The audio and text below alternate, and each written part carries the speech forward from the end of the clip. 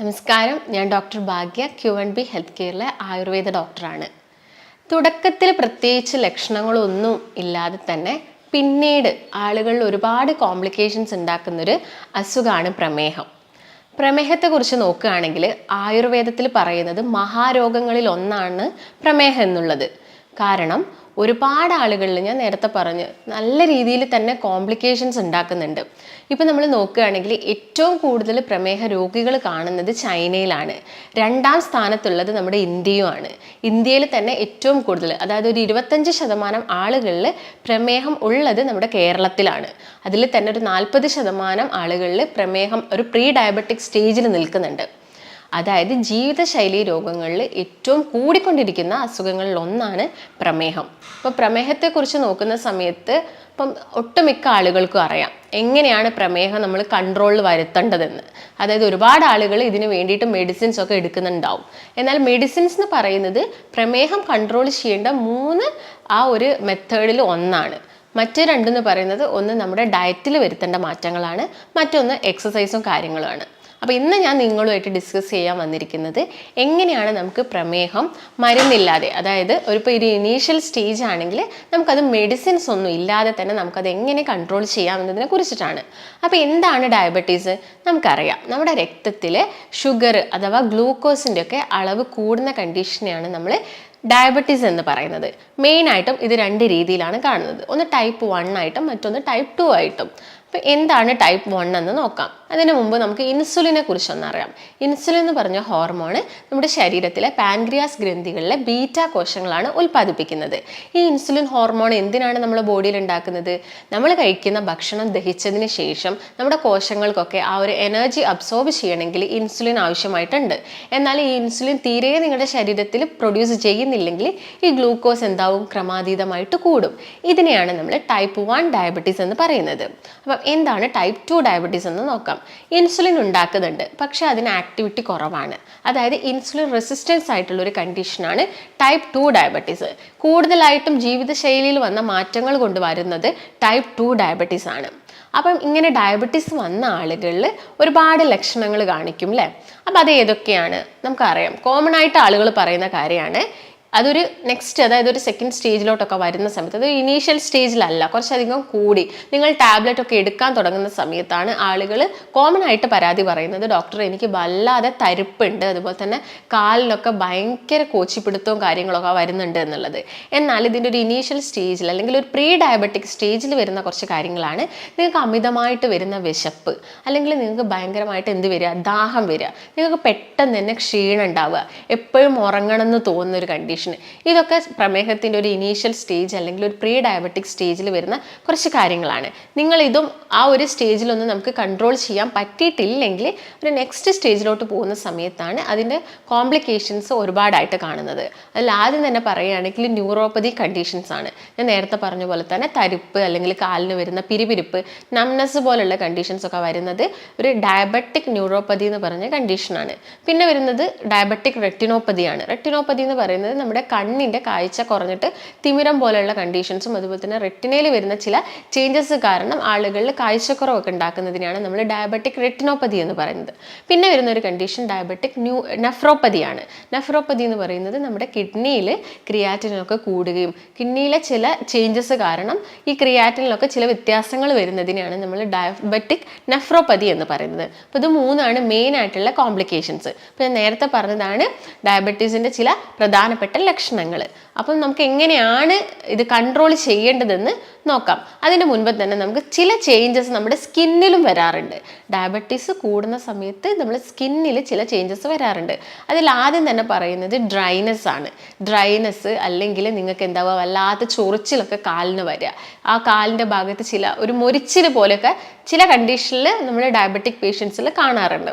അത് സ്കിന്നിൽ വരുന്ന ഒരു ചേഞ്ചസ് ആണ്. പിന്നെ സ്കിന്നിൽ വരുന്ന ഒരു ചേഞ്ചസ് എന്ന് പറയുന്നത് ഒരു ബ്ലാക്കിഷ് ഡിസ്കളറേഷൻ ആണ്.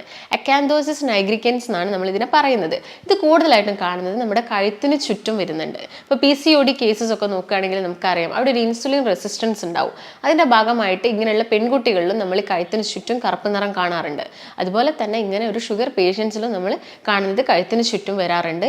ഇത് ആംപിറ്റ്സിൽ നന്നായിട്ട് കാണാറുണ്ട്. അതുപോലെ തന്നെ എൽബോയുടെ ഭാഗത്തൊക്കെ ഈ ഒരു ബ്ലാക്കിഷ് ഡിസ്കളറേഷൻ കണ്ടുവരാറുണ്ട്. അതുപോലെ തന്നെ ഒരു കണ്ടീഷനാണ് സ്കിൻ ടാഗ് കാണുന്നത്. സ്കിൻ ടാഗ് എന്ന് പറയുന്ന സമയത്ത് ആ ടാഗ് വല്ലാതെ തൂങ്ങിക്കിടക്കുന്നതല്ല, ജസ്റ്റ് സ്കിന്നിൽ തന്നെ പറ്റിക്കിടന്നിട്ട് നമുക്കത് വ്യത്യസ്തമായിട്ട് തന്നെ കാണാൻ സാധിക്കും. മറ്റൊരു കണ്ടീഷനേക്കാളും ടാഗ് എന്ന് പറയുന്ന സമയത്ത് ഓൾമോസ്റ്റ് എല്ലാ കണ്ടീഷനിലും ജസ്റ്റ് തൂങ്ങിയായിട്ടാണ് നമ്മൾ കാണുന്നത്. എന്നാൽ ഇത് അങ്ങനെയല്ല, ജസ്റ്റ് സ്കിന്നിൽ തന്നെ പറ്റി പിടിച്ചിട്ട് ജസ്റ്റ് ഒന്ന് പുറത്തോട്ട് ആ ഒരു തൊലി തള്ളി നിൽക്കുന്നതാണ് ഒരു സ്കിൻ ടാഗ് ആയിട്ട് ഈ ഒരു കണ്ടീഷനിൽ കാണുന്നത്. അതുപോലെ തന്നെ സ്കിന്നിലൊക്കെ വരുന്നതാണ് ഒരു ഷിൻ സ്പോട്ട് എന്ന് പറയുന്നത്. അതായത് ജസ്റ്റ് ഒരു ബ്ലാക്കിഷ് ഡിസ്കളറേഷനിൽ ചെറുതായിട്ടൊരു കുഴി പോലെ കാലിൻ്റെ ഭാഗത്തൊക്കെ ഒട്ടുമിക്ക ആളുകളിലും ഇങ്ങനെ കാണാറുണ്ട്. അതുപോലെ തന്നെ കാണുന്നതാണ് ആളുടെ സ്കിന്നൊക്കെ പെട്ടെന്ന് ഒരു കട്ടി വെക്കുന്നത്, കുറച്ച് തിക്കൻഡ് ആയിട്ട് സ്കിന്നിൽ ചേഞ്ചസ് വരിക. അതുപോലെ സ്കിന്നിൽ ചെറിയ ചെറിയ കുമിളകൾ വരിക. കുമിളകൾ എന്ന് പറയുന്ന സമയത്ത് എസ്പെഷ്യലി നമ്മൾ നോക്കുന്നത് അത് കാലുകളിലാണ് കൂടുതലായിട്ടും കാണുന്നത്. അത്യാവശ്യം വലിയ രീതിയിൽ ജസ്റ്റ് ഒരു ഫ്ലൂയിഡ് ഫിൽഡ് ആയിട്ടുള്ള കുമിളകൾ ഫോം ചെയ്യുന്നത് ഇങ്ങനെ ഷുഗർ പേഷ്യൻസിൽ കണ്ടുവരാറുണ്ട്. അതുപോലെ തന്നെ സ്കിന്നിൽ വരുന്ന മറ്റൊരു കണ്ടീഷനാണ് സ്കിന്നിൽ വരുന്ന ജസ്റ്റ് ഇറപ്ഷൻ, അതായത് റെഡിഷ് കളറിൽ ഭയങ്കര ചുവന്ന നിറത്തിൽ കയ്യിലും കാലിലും ഒക്കെ വലിയ വലിയ ഇറപ്ഷൻസ് വരുന്നതും ഇങ്ങനെ ഷുഗർ പേഷ്യൻസിൽ കാണാറുണ്ട്. അതുപോലെ തന്നെ അവർക്ക് എന്തെങ്കിലും ഒരു വൂണ്ട്, ഒരു വ്രണം ഉണ്ടാവുകയാണെങ്കിൽ അത് ഉണങ്ങാൻ എടുക്കുന്ന സമയം എന്നൊക്കെ പറയുന്നത് വളരെ കൂടുതലായിരിക്കും. ഇതൊക്കെയാണ് സ്കിന്നിൽ മെയിനായിട്ടും അവരിൽ കാണിക്കുന്ന കുറച്ച് ചേഞ്ചസുകൾ. അപ്പോൾ നമുക്കിതെങ്ങനെ മനസ്സിലാക്കാം? നിങ്ങൾക്ക് ഷുഗർ ഉണ്ട് അല്ലെങ്കിൽ ഡയബറ്റിക് ആണ്, ഞാൻ നേരത്തെ പറഞ്ഞ പോലെ തന്നെ കുറച്ച് സിംറ്റംസ് ഒക്കെ കാണുന്ന സമയത്ത് നമുക്കതെങ്ങനെ ചെക്ക് ചെയ്തിട്ട് നമുക്ക് ഡയബറ്റിക് ആണോ എന്നെങ്ങനെ നോക്കാമെന്ന് നോക്കാം. അതിന് ആദ്യം തന്നെ നിങ്ങൾ ജസ്റ്റ് ഒരു 8 hour ഫാസ്റ്റിംഗ് എടുക്കണം. അതായത് നിങ്ങൾ തലേ ദിവസം രാത്രി ഭക്ഷണമൊക്കെ കഴിച്ചിട്ട് കിടന്നുറങ്ങിയിട്ട് പിറ്റേ ദിവസം രാവിലെ ബ്ലഡ് ചെക്ക് ചെയ്യാണ് വേണ്ടത്. അതിൻ്റെ മുമ്പ് നിങ്ങൾ ഒന്നും കഴിക്കാൻ പാടില്ല. ഇതിന് വേണ്ടിയിട്ട് മെയിനായിട്ടും ഫാസ്റ്റിംഗ് മെത്തേഡും ഉണ്ട്, അതുപോലെ തന്നെ പോസ്റ്റ് പ്രാൻഡിയൽ മെത്തേഡുമാണ്. ഫാസ്റ്റിംഗ് എന്ന് പറയുന്നത് ജസ്റ്റ് നമ്മൾ ഭക്ഷണമൊന്നും കഴിക്കാതെ ജസ്റ്റ് ബ്ലഡ് കൊടുത്തിട്ട് നമ്മളെ ബ്ലഡ് ഷുഗർ മനസ്സിലാക്കുന്നതാണ്. ഇതിൻ്റെ ഒരു മാക്സിമം ലെവൽ എന്ന് പറയുന്നത് ഒരു 126 mg/dl ആണ് ഇതിൻ്റെ ഒരു നോർമൽ വരുന്നത്. അതിൽ കൂടുതലാണെങ്കിൽ നമ്മൾ അവർക്ക് ഷുഗർ ഉണ്ട്, അല്ലെങ്കിൽ അതിൽ ഒരു ജസ്റ്റ് അതൊരു 100നും ഒരു 110നും ഇടയിലൊക്കെ ആണെങ്കിൽ നമ്മൾ പറയും അതൊരു പ്രീ ഡയബറ്റിക് സ്റ്റേജിലാണെന്ന് പറയും. നെക്സ്റ്റ് എന്ന് പറയുന്നത് പോസ്റ്റ് പ്രാൻഡിയൽ ബ്ലഡ് ഷുഗർ ആണ്. അത് നോക്കുന്നത് നമ്മൾ ഭക്ഷണം കഴിച്ചിട്ട് ഒരു 2 മണിക്കൂർ കഴിഞ്ഞിട്ടാണ് ഇത് ചെക്ക് ചെയ്യുന്നത്. ഇതിൻ്റെ റേഞ്ച് വരുന്നത്, ഇത് നോർമൽ വരുന്നത് ഒരു 200 ആണ് ഇതിൻ്റെ നോർമൽ റേഞ്ച് വരുന്നത്. അതുപോലെ തന്നെ മറ്റൊരു മെത്തേഡാണ് റാൻഡം ബ്ലഡ് ഷുഗർ. നമുക്ക് എപ്പോൾ വേണമെങ്കിലും പോയിട്ട് നോക്കാവുന്നത്, അതായത് ഭക്ഷണം കഴിച്ചിട്ടോ കഴിക്കാതെ ഏത് സമയത്താണെങ്കിലും നമുക്ക് ചെക്ക് ചെയ്യുന്നതാണ് റാൻഡം ബ്ലഡ് ഷുഗർ. ഇതും ഇതിൻ്റെ ലെവൽ എന്ന് പറയുന്നത് എപ്പോഴും ഒരു 200ൻ്റെ താഴെ ആയിരിക്കണം.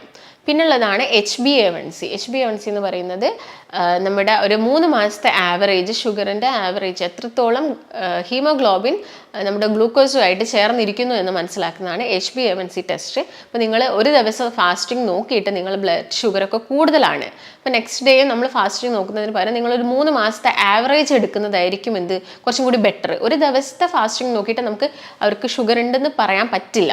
അതിനാണ് നമ്മൾ HbA1c ചെയ്യാൻ പറയുന്നത്. ഇതിൻ്റെ റേഞ്ച് എന്ന് പറയുന്നത് 6.4 വരെയാണ് ഇതിൻ്റെ പെർസെൻറ്റേജ് ആയിരിക്കണം ഇതിൻ്റെ നോർമൽ റേഞ്ച് ഉണ്ടാവേണ്ടത്. പിന്നെയുള്ളൊരു ടെസ്റ്റ് GTT ആണ്. GTT എന്ന് പറയുന്നത് ഗ്ലൂക്കോസ് ടോളറൻസ് ടെസ്റ്റ് ആണ്. ഇത് കൂടുതലും നമ്മൾ ചെയ്യുന്നത് പ്രഗ്നൻ്റ് ആയിരിക്കുന്ന സമയത്താണ്. ഒരു 5th മന്തിലൊക്കെ നമ്മളിത് ചെയ്യാറുണ്ട്. അതായത് ഒരു 75 ml ഗ്ലൂക്കോസ് കലക്കിയ വെള്ളം കുടിച്ചിട്ട് ഒരു 2 hour കഴിഞ്ഞിട്ട് നമ്മുടെ ബ്ലഡ് ഷുഗർ നോക്കുന്നൊരു മെത്തേഡാണ് GTT ടെസ്റ്റ്. ഇതിൽ കോമൺ ആയിട്ടും നമ്മൾ പേഷ്യൻസിനോട് പറയുന്നത് HbA1c അതുപോലെ തന്നെ ഫാസ്റ്റിംഗ് ബ്ലഡ് ഷുഗർ ഒക്കെയാണ് നമ്മൾ കോമൺ ആയിട്ട് പറയുന്നത്. അപ്പോൾ ഇതൊക്കെയാണ് നിങ്ങൾക്ക് എങ്ങനെ ഐഡൻറ്റിഫൈ ചെയ്യാം ഷുഗർ ഉണ്ടെന്ന് മനസ്സിലാക്കുന്ന മെത്തേഡ്സ്. പ്രമേഹ രോഗികൾ ഭക്ഷണത്തിൽ ശ്രദ്ധിക്കേണ്ട കാര്യങ്ങൾ എന്തൊക്കെയാണ്? മെയിനായിട്ട് നമുക്ക് കൺട്രോൾ ചെയ്യാൻ പറ്റുന്ന മെത്തേഡ്സ്, ഒന്ന് ഡയറ്റിൽ ചേഞ്ചസ് വരുത്തുക, മറ്റൊന്ന് എക്സസൈസും കാര്യങ്ങളും സ്റ്റാർട്ട് ചെയ്യുക, തേർഡ് വൺ ആണ് നമ്മൾ മെഡിസിൻസ് പറയുന്നത്. അപ്പോൾ ആദ്യം തന്നെ ഡയറ്റാണ്. ഡയറ്റിൽ നമുക്ക് എന്തൊക്കെ ചേഞ്ചസ് വരുത്തണം? ഒട്ടുമിക്ക ആളുകളും ചെയ്യുന്ന കാര്യമാണ്, നിങ്ങളിപ്പം ഇതിന് വേണ്ടിയിട്ടൊരു ഡയറ്റ് സ്റ്റാർട്ട് ചെയ്തിട്ടുണ്ടാവും. ചിലപ്പോൾ നിങ്ങൾ ചായയൊക്കെ കുടിക്കുന്നുണ്ടാവും, ചായയിൽ ചിലപ്പം പഞ്ചസാര ആഡ് ചെയ്യുന്നുണ്ടാവില്ല. പക്ഷേ നിങ്ങൾ ഉച്ചയ്ക്ക് നന്നായിട്ട് ചോറ് കഴിക്കുന്നുണ്ടെങ്കിൽ നിങ്ങൾ ആ ചായയിൽ പഞ്ചസാര ഇടാതിരുന്നതുകൊണ്ട് യാതൊരു ഗുണവും കിട്ടുന്നില്ല. അപ്പോൾ ഈ കാര്യങ്ങളൊക്കെ നിങ്ങൾ പ്രത്യേകം ശ്രദ്ധിക്കണം. കാരണം ഷുഗർ പേഷ്യൻസ് മെയിനായിട്ടും ശ്രദ്ധിക്കേണ്ടത് അവർ ആഡഡ് ഷുഗേഴ്സും അതുപോലെ തന്നെ കാർബോഹൈഡ്രേറ്റ്സും മാക്സിമം അവരുടെ ഡയറ്റിൽ നിന്ന് കട്ട് ഓഫ് ചെയ്യണം. അതായത് ഇപ്പം നിങ്ങൾ ആഡഡ് ഷുഗേഴ്സ് എന്ന് പറയുമ്പോൾ ഇപ്പോൾ പഞ്ചസാര ആയിക്കോട്ടെ അല്ലെങ്കിൽ ശർക്കര ആയിക്കോട്ടെ, ഇപ്പോൾ കിട്ടുന്ന തേനാണെങ്കിൽ നമുക്കറിയാം ഒരുപാട് അഡൾട്രൻസ് ആയിട്ട് വരുന്ന തേനൊക്കെ ആയതുകൊണ്ട് തന്നെ അതിൽ പഞ്ചസാര പഞ്ചസാരയും കാര്യങ്ങളൊക്കെ മിക്സപ്പ് ആയിട്ട് വരുന്നുണ്ട്. അപ്പം ഇതൊക്കെ കംപ്ലീറ്റ് ആയിട്ട് ഒഴിവാക്കാൻ വേണ്ടി ശ്രദ്ധിക്കുക. അതിൻ്റെ കൂടെ തന്നെ ഭക്ഷണത്തിൽ ശ്രദ്ധിക്കേണ്ട കുറച്ച് കാര്യങ്ങൾ എന്ന് പറയുന്നത്, അരിയോടൊപ്പം തന്നെ അരി പുളിപ്പിച്ച ആഹാരവും നമ്മൾ കഴിക്കുന്ന സമയത്ത് നമ്മുടെ രക്തത്തിലോട്ട് പെട്ടെന്ന് ഗ്ലൂക്കോസ് കയറി ചെല്ലുകയാണ് ചെയ്യുന്നത്. ഇത് നിങ്ങൾ മനസ്സിലാക്കേണ്ടത് ഗ്ലൈസീമിക് ഇൻഡെക്സിൻ്റെ ബേസിലാണ്. ഗ്ലൈസീമിക് ഇൻഡെക്സ് കൂടിയ ഭക്ഷണങ്ങളും ഉണ്ട്, അതുപോലെ തന്നെ കുറഞ്ഞ ഭക്ഷണങ്ങളും ഉണ്ട്. ഇപ്പം നിങ്ങളിപ്പം ഒരു 50 ഗ്രാം കാർബോഹൈഡ്രേറ്റ്സ് അടങ്ങിയിരിക്കുന്നത് ഒരു 3 ബ്രെഡ് എടുത്താലും 1 കപ്പ് റൈസ് എടുത്താലും 3 പൊട്ടറ്റോ എടുത്താലും ഇതിൽ 50 ഗ്രാം കാർബോഹൈഡ്രേറ്റ്സ് ഉണ്ട്. പക്ഷേ ഇത് ഡൈജസ്റ്റ് ആയി കഴിഞ്ഞതിന് ശേഷം രക്തത്തിലോട്ട് ഇത് റിലീസ് ചെയ്യുന്ന ഗ്ലൂക്കോസിൻ്റെ ആ ഒരു റേറ്റ് അല്ലെങ്കിൽ ആ ഒരു ടൈമിംഗ് എന്ന് പറയുന്നത് വ്യത്യാസമാണ്. അതായത് ചിലപ്പോൾ നിങ്ങൾ ആ റൈസ് കഴിച്ചാലും ആ പൊട്ടറ്റോ കഴിച്ചാലും പെട്ടെന്ന് തന്നെ നമ്മുടെ രക്തത്തിലോട്ട് ഗ്ലൂക്കോസ് വരും. പക്ഷേ നിങ്ങൾ ചിലപ്പോൾ ആ ബ്രെഡ് കഴിക്കുമ്പോൾ കുറച്ചും കൂടി സമയം ലേറ്റ് ആയിട്ടായിരിക്കും അത് ഇറങ്ങുന്നുണ്ടാവുക. ഇപ്പോൾ ഗ്ലൈസമിക് ഇൻഡെക്സ് കൂടിയ ചില ഭക്ഷണങ്ങൾ ഏതൊക്കെയാണെന്ന് ഞാൻ പറഞ്ഞുതരാം. അതിൽ ഫസ്റ്റ് തന്നെ കുറച്ച് ഫ്രൂട്ട്സ് നോക്കുന്ന സമയത്ത് വാട്ടർമെലൺ ഗ്ലൈസമിക് ഇൻഡെക്സ് കൂടിയ ഫ്രൂട്ട്സ് ആണ്. എന്നാൽ ചെറി അല്ലെങ്കിൽ നിങ്ങൾ ഗ്രേപ്പ് എടുക്കുകയാണെങ്കിൽ അല്ലെങ്കിൽ ഓറഞ്ച് ഒക്കെ എടുക്കുകയാണെങ്കിൽ ഗ്ലൈസമിക് ഇൻഡെക്സ് കുറവാണ്. അത് കരുതിയിട്ട് ഓവറായിട്ട് കഴിക്കരുത്. ഓറഞ്ച് ഒക്കെ ആണെങ്കിൽ ഒരു ഓറഞ്ച് കഴിക്കാൻ നോക്കുക. അതുപോലെ തന്നെ ഇപ്പോൾ ഗ്രേപ്പ് ഒക്കെ ആണെങ്കിൽ ജസ്റ്റ് ഒരു പിടി ഗ്രേപ്സ് മാത്രം കഴിക്കാൻ വേണ്ടിയിട്ട് ശ്രദ്ധിക്കുക. ചെറീസിൽ അത്ര ഗ്ലൈസമിക് ഇൻഡെക്സ് ഇല്ല, പക്ഷെ നിങ്ങളിപ്പം കടകളിൽ നിന്നൊക്കെ അത് ഈ സിറപ്പിലൊക്കെ ഇട്ട് വെച്ച ചെറീസ് ആണെങ്കിൽ അത് കൂടുതലായിട്ട് യൂസ് ചെയ്യരുത്. പിന്നെ ഗ്ലൈസമിക് ഇൻഡെക്സ് കൂടുതലായിട്ടുള്ളത് വൈറ്റ് റൈസിലാണ്, അതുപോലെ തന്നെ വൈറ്റ് ബ്രെഡിലുമാണ്. ഇത് ഗ്ലൈസമിക് ഇൻഡെക്സ് കൂടുതലാണ്. പക്ഷേ എന്നാൽ തവിടുള്ള അരി അല്ലെങ്കിൽ വീറ്റ് ബ്രെഡ് അല്ലെങ്കിൽ നമ്മൾ ഹോൾ ഗ്രെയിൻ ബ്രെഡ് അല്ലെങ്കിൽ ഹോൾ ഗ്രെയിൻ ഓട്സിലൊക്കെ ഗ്ലൈസമിക് ഇൻഡെക്സ് കുറവാണ്. അതുപോലെ തന്നെ നമ്മളിപ്പം ബേക്കറീസിൽ നിന്നൊക്കെ വാങ്ങുന്ന ബിസ്ക്കറ്റ്സ് ആയിക്കോട്ടെ അല്ലെങ്കിൽ കേക്ക്സ് ആയിക്കോട്ടെ, ഇതിലൊക്കെ ഗ്ലൈസമിക് ഇൻഡെക്സ് വളരെയധികം കൂടുതലാണ്. ഇപ്പം ഞാൻ നേരത്തെ പറഞ്ഞ പോലെ തന്നെ പൊട്ടാറ്റോയിൽ കൂടുതലാണ്, അതുപോലെ തന്നെ ഡേറ്റ്സിൽ ഒരുപാട് കൂടുതലാണ്, ഐസ്ക്രീം ഇതിലൊക്കെ ഗ്ലൈസമിക് ഇൻഡെക്സ് ഒരുപാട് കൂടുതലാണ്. പിന്നെ കുറവ് എന്ന് പറയുന്നത് നമ്മുടെ വെജിറ്റബിൾസിലും ലെൻറ്റിൽസ് ഇങ്ങനെ അല്ലെങ്കിൽ മില്ലറ്റ്സ് ഇതിലൊക്കെയാണ് ശരിക്കും ഗ്ലൈസമിക് ഇൻഡെക്സ് കുറവായിട്ടുള്ളത്. അതുപോലെ തന്നെ ഇപ്പം നിങ്ങൾക്ക് തൈരാണെങ്കിൽ നിങ്ങൾ വീക്ക്ലി 1 or 2 ടൈംസ് നിങ്ങൾക്ക് തൈര് എടുക്കാം. പാലിപ്പോൾ നിങ്ങൾ പാടയൊക്കെ നീക്കിയ പാലാണെങ്കിൽ നിങ്ങൾക്ക് ഡെയിലി ഇപ്പോൾ ചായയിലൊക്കെ ആഡ് ചെയ്ത് കഴിക്കുന്നതുകൊണ്ട് വലിയ പ്രശ്നങ്ങളൊന്നും ഉണ്ടാക്കുന്നില്ല. അതുപോലെ തന്നെ ഞാൻ നേരത്തെ പറഞ്ഞു, അരിയാഹാരം കഴിക്കുന്ന സമയത്ത് ഇപ്പം നിങ്ങൾ രാവിലത്തെ ബ്രേക്ക്ഫാസ്റ്റ് ഒക്കെ കഴിക്കുന്നുണ്ട്. ഇപ്പം ഇഡ്ഡലിയാണ് കഴിക്കുന്നതെങ്കിൽ 1 or 2 ഇഡ്ഡലി എടുക്കാൻ വേണ്ടിയിട്ട് നോക്കുക. അതിൽ കൂടുതൽ ഇഡ്ഡലി നിങ്ങൾക്ക് ആ ഒരു ഷുഗർ പേഷ്യൻസിൽ അല്ലെങ്കിൽ മെഡിസിൻസ് എടുക്കുന്ന ആളുകളിൽ അല്ലെങ്കിൽ ഇൻസുലിൻ എടുക്കുന്ന ആളുകളിൽ അത് കൂടുതലായിട്ട് എടുക്കാൻ പറ്റില്ല. അപ്പോൾ 1 or 2 ഇഡ്ഡലി കഴിക്കുകയാണെങ്കിൽ നിങ്ങൾക്ക് ചിലപ്പോൾ പിന്നീട് ക്ഷീണം വരാം. അതിന് വേണ്ടിയിട്ട് നിങ്ങൾ കുറച്ചും കൂടി ഹെൽത്തി ആയിട്ട് നിങ്ങൾ കുറച്ച് പ്രോട്ടീൻസ് എടുക്കുന്നതായിരിക്കും ബെറ്റർ. അതായത് ഇപ്പം ചെറുപയറോ കടലയോ അല്ലെങ്കിൽ പരിപ്പൊക്കെ വേവിച്ചതൊക്കെ നിങ്ങൾക്ക് ഈ ഒരു ഇഡ്ഡലിയുടെ കൂടെ എടുക്കാം. അതിൻ്റെ കൂടെ തന്നെ കുറച്ച് വെജിറ്റബിൾസും എടുക്കുക. അതായത് നമുക്കറിയാം ഇപ്പോൾ ഷുഗർ പേഷ്യൻസിൽ ഈ മണ്ണിനടിയിൽ നിന്ന് എടുക്കുന്നത് ഇപ്പോൾ കപ്പ, അതുപോലെ തന്നെ പൊട്ടറ്റോ, ക്യാരറ്റ്, ബീട്രൂട്ട് എന്ന് പറഞ്ഞ ഒരുപാട് ചേന, ചേമ്പ് ഇതൊക്കെ കംപ്ലീറ്റ് ആയിട്ട് അവരൊന്ന് ഒഴിവാക്കേണ്ടി വരും. കാരണം പെട്ടെന്ന് അതിൽ ഗ്ലൈസമിക് ഇൻഡെക്സും കൂടുതലാണ്, പെട്ടെന്ന് തന്നെ ഷുഗർ കൂടാനുള്ള ചാൻസസും ഉണ്ട്. അപ്പം ഇതിൽ തന്നെ കുറച്ചും കൂടി ബെറ്റർ സ്വീറ്റ് പൊട്ടറ്റോയിൽ ഗ്ലൈസമിക് ഇൻഡെക്സ് കുറവാണ്. പൊട്ടറ്റോ വെച്ച് നോക്കുന്ന സമയത്ത് മധുരക്കിഴങ്ങിനാണ് ഗ്ലൈസമിക് ഇൻഡെക്സ് കുറവുള്ളത്. അപ്പം അത് ശ്രദ്ധിക്കുക നിങ്ങൾ. അതിൻ്റെ കൂടെ തന്നെ ഞാൻ നേരത്തെ പറഞ്ഞ പോലെ അരി പുളിപ്പിച്ച ആഹാരം കഴിക്കുന്നത് കുറച്ചുകൊണ്ട് വരിക, ആഡഡ് ഷുഗേഴ്സ് കുറച്ചുകൊണ്ട് വരിക. അതിൻ്റെ കൂടെ തന്നെ ഇപ്പോൾ നിങ്ങൾ 11 മണിക്ക് ആവുന്ന സമയത്ത് നിങ്ങൾക്ക് നട്ട്സ് എടുക്കാം. അതിൽ കുറച്ചുകൂടി ബെറ്റർ ബദാമും എടുക്കുക, അതുപോലെ തന്നെ വാൾനട്ടും എടുക്കാം. പിന്നെ നിങ്ങൾക്ക് ജസ്റ്റ് മോരും വെള്ളം പോലെയൊക്കെ ആക്കിയിട്ട് ആ ഒരു സമയത്ത് നിങ്ങൾക്ക് കുടിക്കാവുന്നതാണ്. ഉച്ചയ്ക്കാണെങ്കിൽ കുറച്ചും കൂടി ബെറ്റർ ബ്രൗൺ റൈസാണ്. അതും 1 കപ്പ് ബ്രൗൺ റൈസും അതിൽ കൂടുതലായിട്ട് വെജിറ്റബിൾസും സാലഡ്സും അതുപോലെ തന്നെ തോരനൊക്കെ ഇൻക്ലൂഡ് ചെയ്യാൻ വേണ്ടിയിട്ട് ശ്രദ്ധിക്കുക. വൈകുന്നേര സമയത്താണെങ്കിൽ നിങ്ങൾ ചായ കഴിക്കുന്നുണ്ടെങ്കിൽ മധുരം കംപ്ലീറ്റ് ആയിട്ട് ഒഴിവാക്കാൻ വേണ്ടി ശ്രദ്ധിക്കുക. അതുപോലെ തന്നെ എണ്ണക്കടികളൊക്കെ കുറച്ചുകൊണ്ട് വരിക. അരി കൊണ്ടുണ്ടാക്കുന്ന കടികളൊക്കെ കുറച്ചുകൊണ്ട് വരാൻ വേണ്ടിയിട്ട്, അതുപോലെ തന്നെ ചിപ്സ് ഇങ്ങനെയുള്ളതൊക്കെ മാക്സിമം ഒഴിവാക്കാൻ വേണ്ടി ശ്രദ്ധിക്കുക. ഇപ്പം നൈറ്റ് ടൈം ഒക്കെ ആണെങ്കിൽ നിങ്ങൾക്ക് ചപ്പാത്തി എടുക്കാം. ചപ്പാത്തി എന്ന് പറയുന്ന സമയത്ത് ഏറ്റവും ബെറ്റർ നമ്മൾ വീട്ടിൽ തന്നെ പൊടിപ്പിച്ചിട്ടുള്ള ഗോതമ്പ് കൊണ്ടുള്ള ചപ്പാത്തി ആണെങ്കിൽ കുറച്ചും കൂടി നല്ലതായിരിക്കും.